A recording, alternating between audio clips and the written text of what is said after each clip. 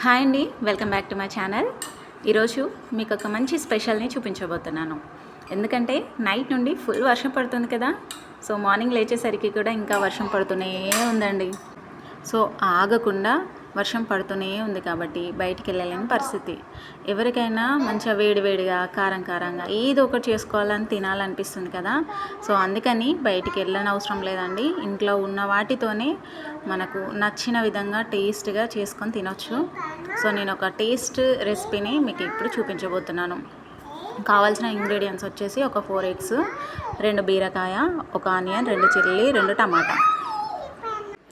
కడాయి తీసుకొని ఒక 2 టేబుల్ స్పూన్ల ఆయిల్ తీసుకొని జీలకర్ర ఆవాలు వేసి, తర్వాత 2 చిల్లీ వేసి, కట్ చేసి పెట్టుకున్న ఆనియన్ కూడా వేసి పచ్చివాసన పోయే వరకు మంచిగా ఫ్రై చేయాలి.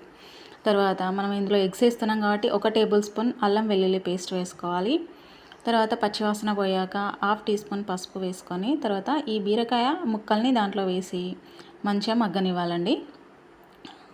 సిమ్లో పెట్టుకొని మగ్గనివ్వాలి. తర్వాత ఈ టమాటాస్ను కూడా దాంట్లో వేసి కొంచెం సాల్ట్ వేయాలి. 1/2 టీ స్పూన్ సాల్ట్ వేసి అవి మంచిగా మగ్గనివ్వాలి. ఎందుకంటే దీంట్లో మనం వాటర్ అనేది తీసుకోం కాబట్టి అవి మంచిగా మగ్గనిచ్చాక, అది మగ్గాక కొంచెం సైడ్ కానీ ఈ 4 ఎగ్స్ని దాంట్లో వేసి కలపకుండా మూత పెట్టుకొని సిమ్లో పెట్టుకోవాలి. తర్వాత మధ్యలో ఒకసారి తీసుకొని మరీ ఫాస్ట్గా కలపకుండా జస్ట్ మనం ఫిష్ కర్రీ వండితే ఎలా వాటిని కలుపుతామో అంతే విధంగా వాటిని కలిపి మళ్ళీ మూత పెట్టుకోవాలండి.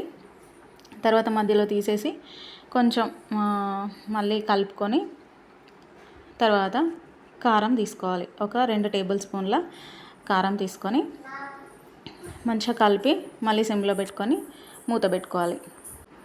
కారం ఉడికే అంతవరకు సిమ్లో పెట్టుకొని తర్వాత కొత్తిమీరతో గార్నిష్ చేసుకుంటే సరిపోతుంది.